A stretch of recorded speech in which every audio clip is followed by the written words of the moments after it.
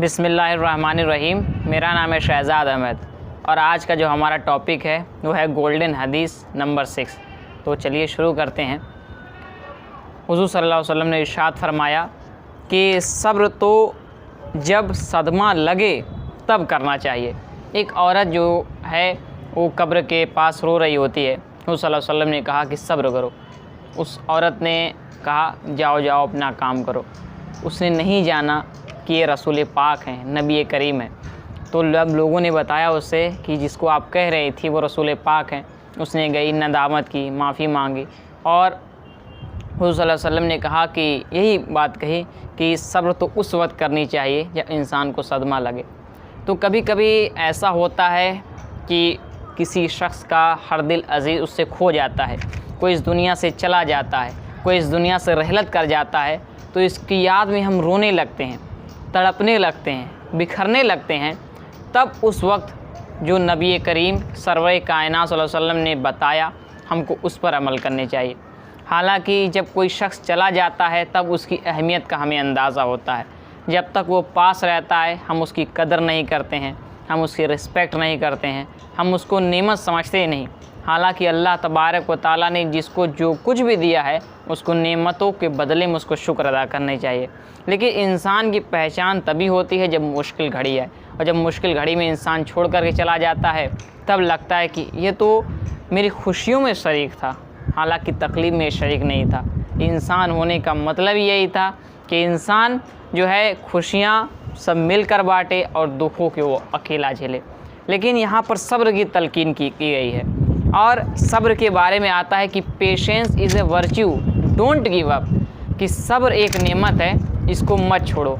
तो हुज़ूर सल्लल्लाहु अलैहि वसल्लम की जो हदीस पाक है सब्र के मुतालिक और कुरान करीम में कई दफ़ा जो है सब्र की तलकीन की गई है कि इन्नल्लाह मअस साबिरीन, बेशक अल्लाह सब्र करने वालों के साथ है।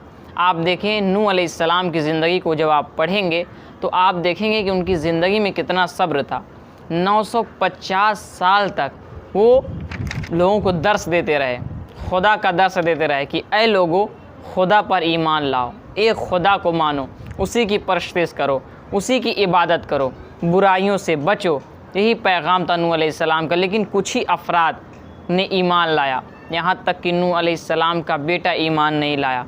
तो अल्लाह तबारक व तआला का हुक्म हुआ कि ऐ नूह हमारे हुक्म से तुम कश्ती बनाओ। नूह अलैहिस्सलाम ने कश्ती तैयार की, कश्ती तैयार हुई, एक एक जोड़े सवार कर लिए।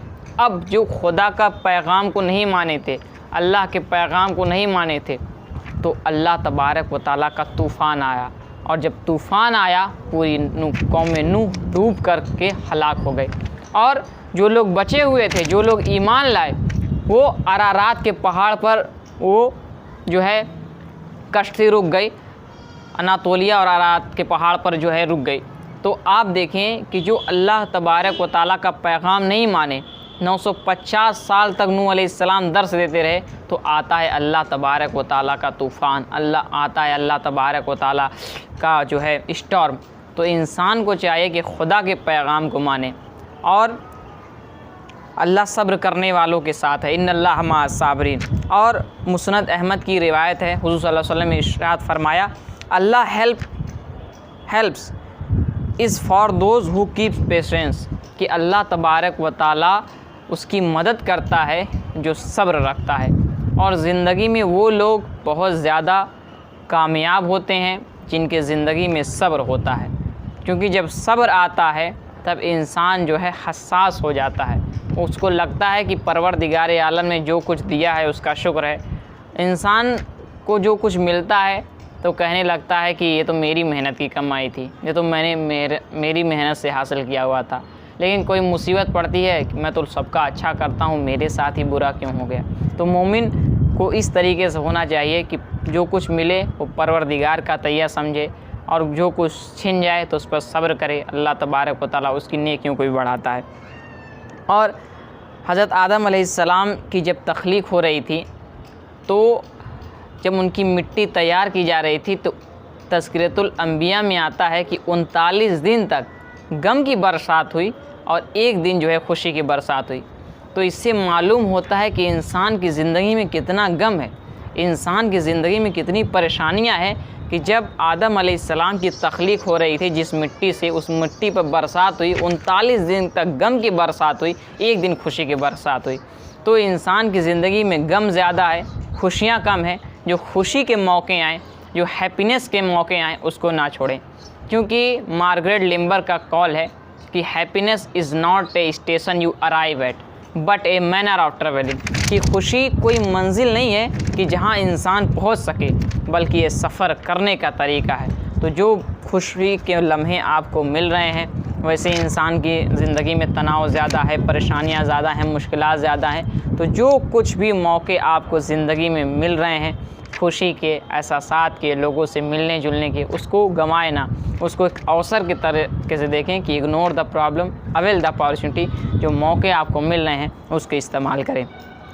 और मुस्लिम शरीफ की हदीस पाक है कि मोमिन का मामला बड़ा ही अजीब है। हुज़ूर सल्लल्लाहु अलैहि वसल्लम ने इरशाद फरमाया कि मोमिन का मामला बड़ा अजीब है। अगर उसको कोई नेमत मिलती है तो उस पर शुक्र करे, जिसको कुरान में कहा गया है कि लइन शकरतुम लज़ीदन्नकुम, if you are grateful I will give you more, कि अगर तुम हमारा शुक्र अदा करोगे तो हम तुमको और देंगे और नवाजेंगे। और वासिफ़ अली वासिफ़ रहमतुल्लाह अलैह लिखते हैं कि अगर इंसान आज से ही शुक्र अदा करना चालू कर दे तो आज से ही उसके हालात बेहतर होने चालू हो जाएंगे। तो हम देखें, हम और आप देखें कि हमारी ज़िंदगी में कितनी नेमतें हैं, क्या हम उसके लिए ग्रेटफुल हैं? क्या हम उसके लिए अल्हम्दुलिल्लाह कह रहे हैं कि परवरदिगार आलम, जहाँ गाज़ा फ़िलिस्तीन में लोगों की फूड की कमी है, मेडिसिन की कमी है, रहने की कमी है, बमबारियाँ हो रही हैं, कब ज़िंदगी ख़त्म हो जाए इसकी कोई पता नहीं है। परवरदिगार आलम, तू मुझे सेफ़ रखा हुआ है, खाने को मिल रहा है, रहने को मिल रहा है। तो हम उन मुश्किल हालात से अपने आप को कंपेयर करेंगे तो हम देखेंगे कि हम लोगों से बेहतर स्थिति में हैं, बेहतर सिचुएशन में हैं, बेहतर हालात में हैं। तब इंसान के अंदर शुक्र का जज्बा पैदा होगा। कई लोग ऐसे हैं जो हॉस्पिटल में पड़े हुए हैं, अपनी ज़िंदगी की आखिरी दहलीज़ पर कदम रखे हुए हैं। तो परवरदिगार आलम, तूने तो मुझको सेहत दिया है, ज़बान दिया है, आँखें दी हैं, सब तरीके से मैं सेहतमंद हूँ, बोल सकता हूँ, चल सकता हूँ। कितने लोग हैं चल नहीं सकते हैं। तो जब हम इन नेमतों को अपनी ज़िंदगी में देखते हैं तो हमारे दिल में परवरदिगार आलम के लिए शुक्रगुजारी का जज्बा होता है और हम अपने पेशानी को अपनी रब की बारगाह में झुकाते हैं।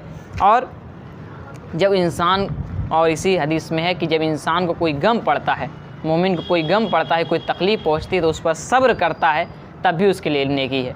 कोई नेमत मिले शुक्र करे तब भी नेकी है, और कोई मुसीबत पड़े सब्र करे तब भी नेकी है। तो देखिए अल्लाह तबारक व तआला और मोमिन का रिश्ता कैसा है कि परवरदिगार आलम, क्योंकि दो ही चीज़ होंगी, या तो आपको नेमतें मिलेंगी या तो आपसे नेमतें छिलेंगी, या तो आपकी ज़िंदगी में खुशी आएगा या तो आपके गम आएगा। कोई आपके साथ होगा, छोड़कर चला जाएगा, परेशानी होगी, क्योंकि आप कई मुद्दत तक उसके साथ रहें, फिर अचानक वो आपको छोड़कर चला जाए, अचानक आप रंजीदा हो जाएं, गम में आ जाएं, तो सब्र करने की तलकीन की गई हमें। तो अपनी ज़िंदगी में सब्र को लाइए, इंशाअल्लाह तबारक व तआला आपकी ज़िंदगी बेहतर हो जाएगी।